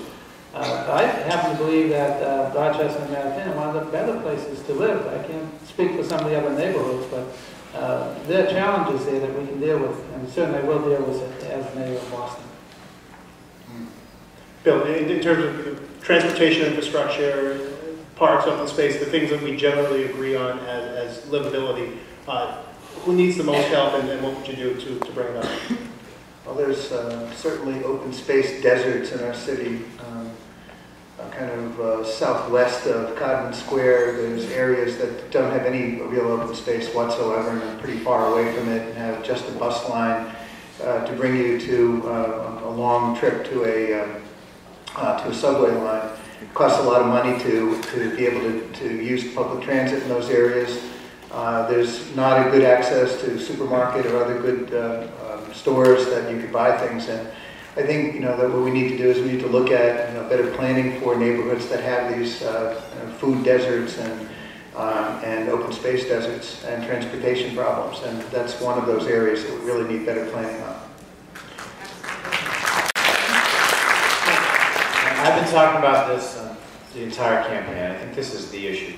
We have neighborhoods where right now they've shut down for the night. There's nowhere to go.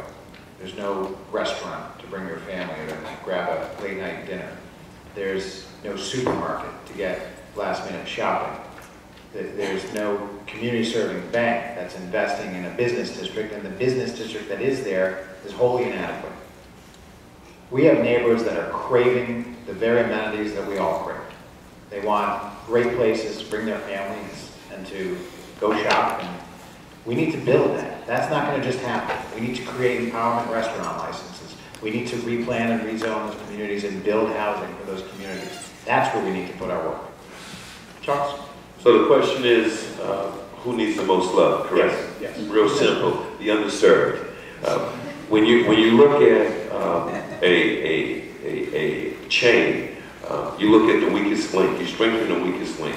So we have to do an in-depth assessment of those communities. I know in Dorchester, Roxbury, Mattapan, definitely we have some raggedy buses that come through our city, and it's time for us to take care of those buses, the transportation, and then when it comes to the ride, our elderly, they are an asset. There's no reason why we should have doubled the rate when it comes to the ride for our elderly.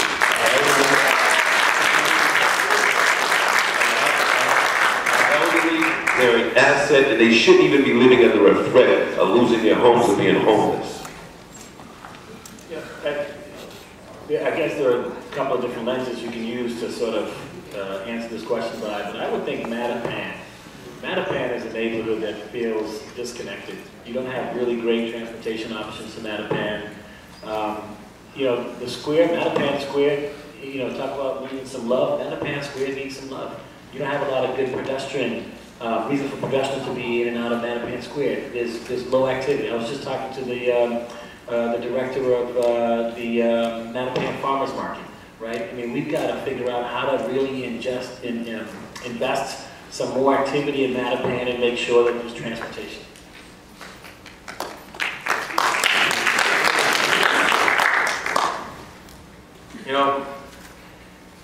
3 of our neighborhoods in Boston have 80% of all of the violent crime happening in Boston, I would qualify that as unlivable.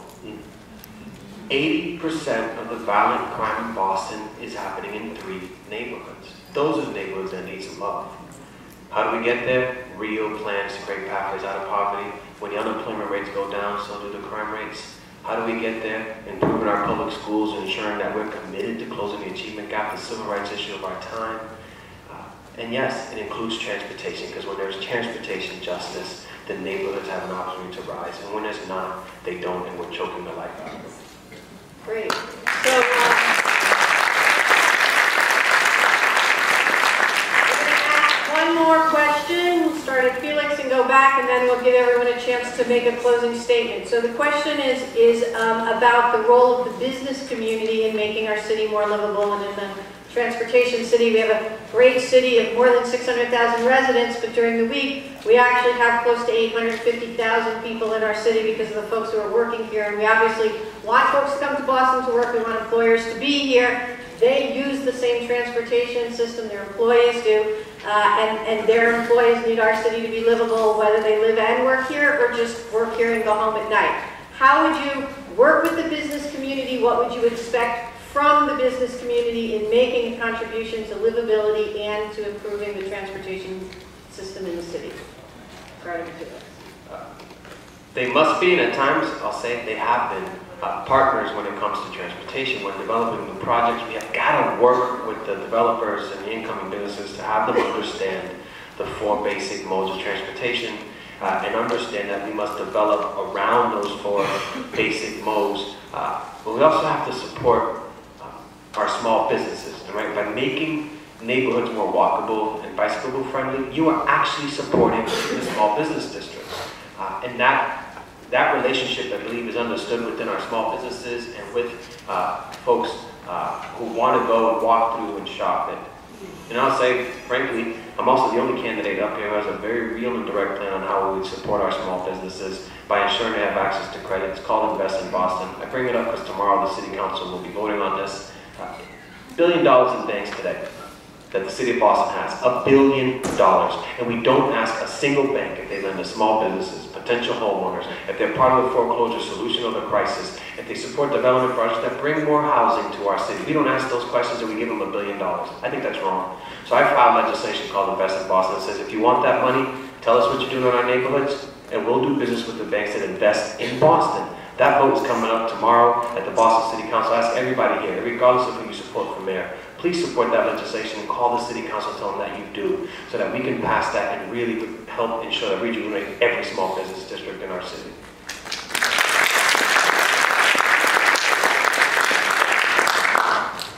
I just want to let you know that I support that. I think you've been doing a good job on the council. You should stay there. I can't stay there. I'm running from mayor. As a small business owner, owning a restaurant on Bowden Street, it's really difficult to get to Bowden Street. It is difficult to get to that restaurant. And we absolutely need to make sure that our transit system is working for the small business on Main Street. But we can also partner with our large business owners. We can partner with the universities, the hospitals. We can partner with corporations. And we talked about, I talked in my plan around the youth pass and making sure that universities are buying in bulk, etc.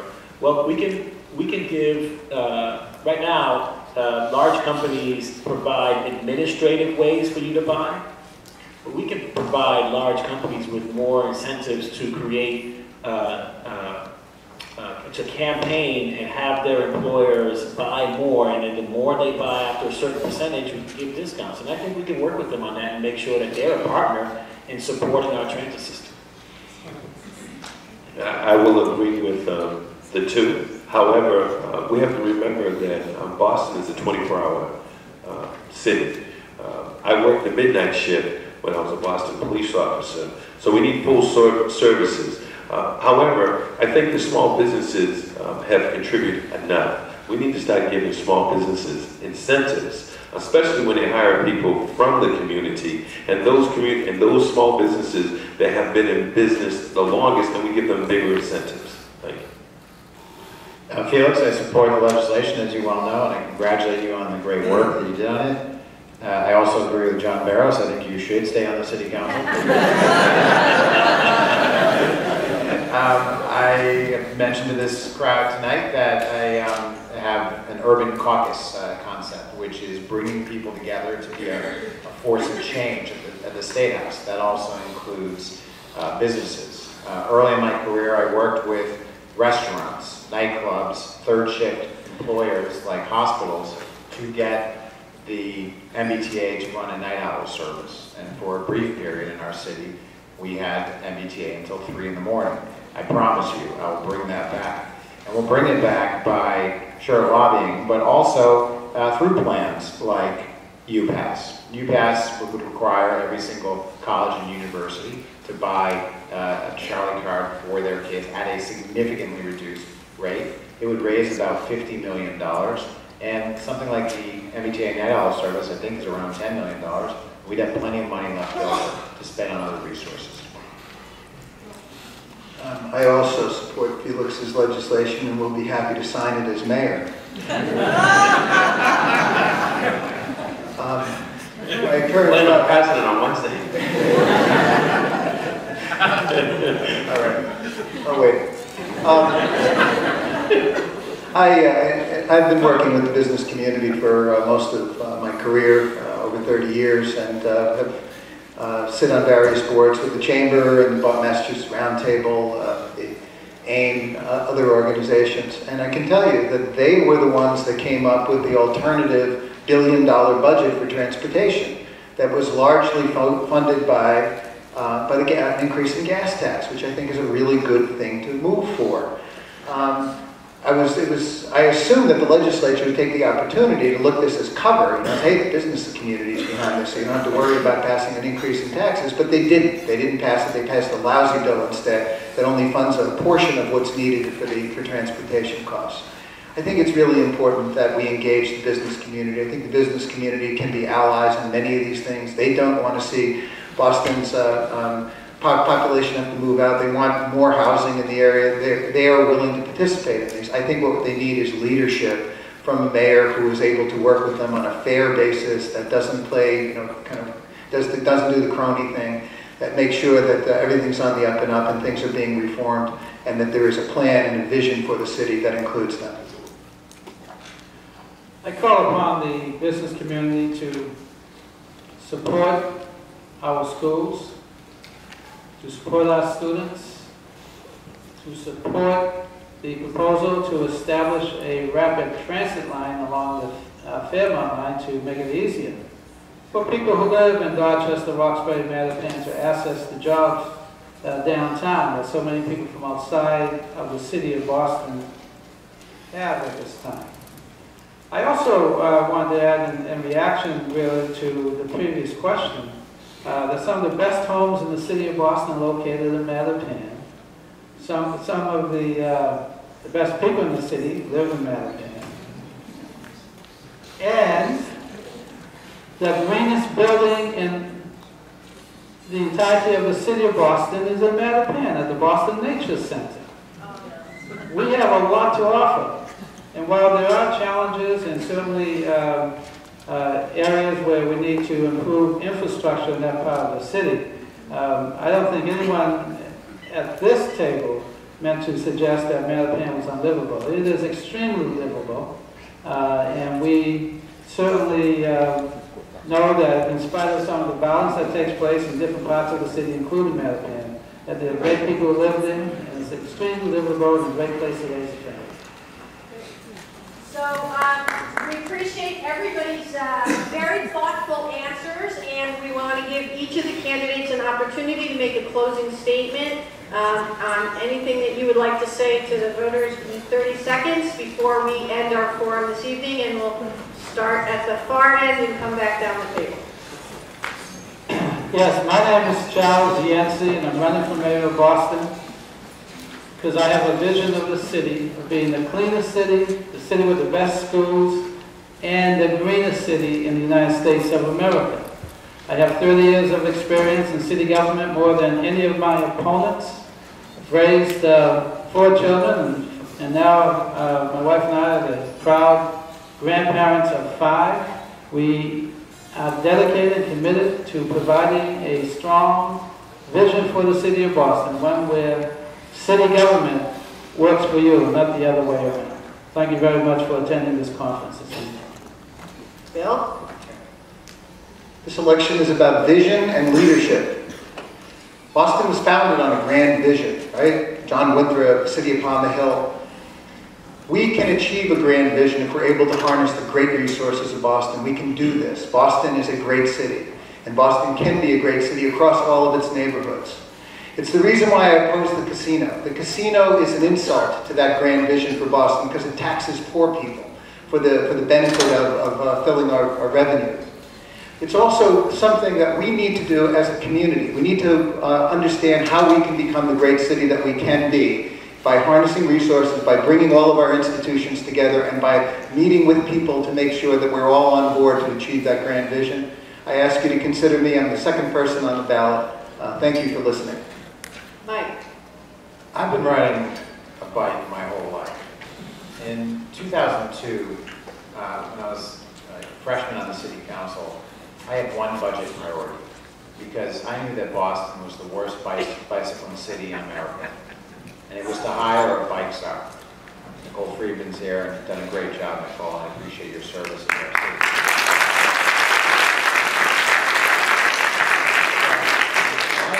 My colleagues looked at me like I was out of my mind. They didn't understand why I was doing this. And let me just apologize to this community for you have been ignored for so long. And let me congratulate you for bringing this case center stage, because now look at you. Look at this room, and look at all of us. You're being listened to. I believed in you in 2002, and I'll continue to work with you. I hope you consider voting for me for mayor of the city of Boston. Thank you, everyone. Appreciate it. My name is Charles Clemens, and Robert Kennedy said there are those people that look at things the way they are and ask the question why. I dream of things that never were and ask the question, why not? Why not quality transportation? Why not quality transportation for the city of Boston? My name is Charles Clemens. I can't be bought, and I'm the first name on the ballot. Thank you. John? Well, let me just first start by saying I love Mattapan. The people of Mattapan are great, like all of our other neighborhoods. And I've been working in a neighborhood that's been distressed for many, many years. A neighborhood that I grew up in, and was fortunate enough to work to help revitalize, building affordable housing, working to create sustainable planning, and include residents as leading that planning, as the experts, and helping to support them with the data, with the information, making all the right choices to make that neighborhood a better neighborhood. And I want to bring up the scale. I want to work as mayor to include all of Boston's neighborhood in our planning process so that we can have a more livable city. Thank you. Felix? My name is Felix Roy. I'm honored to be a city council today. Unlike Mike, I have not been bicycling my whole life. I started around 4 years old.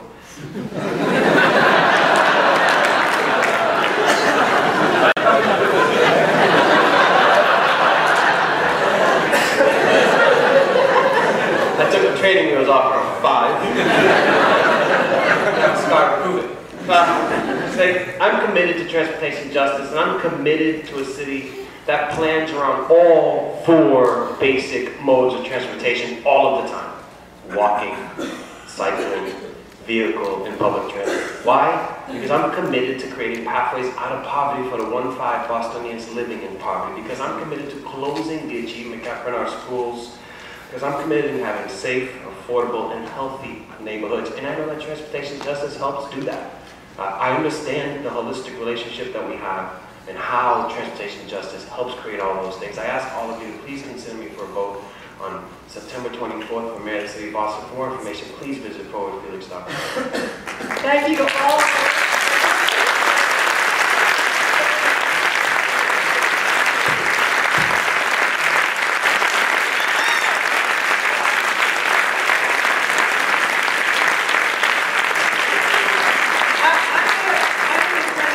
I'm from Boston, and I want to thank all of you so much a terrific evening. I think we've all learned a great deal, and I want to take just a couple seconds to thank the many, many volunteers who helped put this evening together, the many sponsors, the Boston Public Library for hosting us, to Stephanie and Paul for doing such a fantastic job moderating.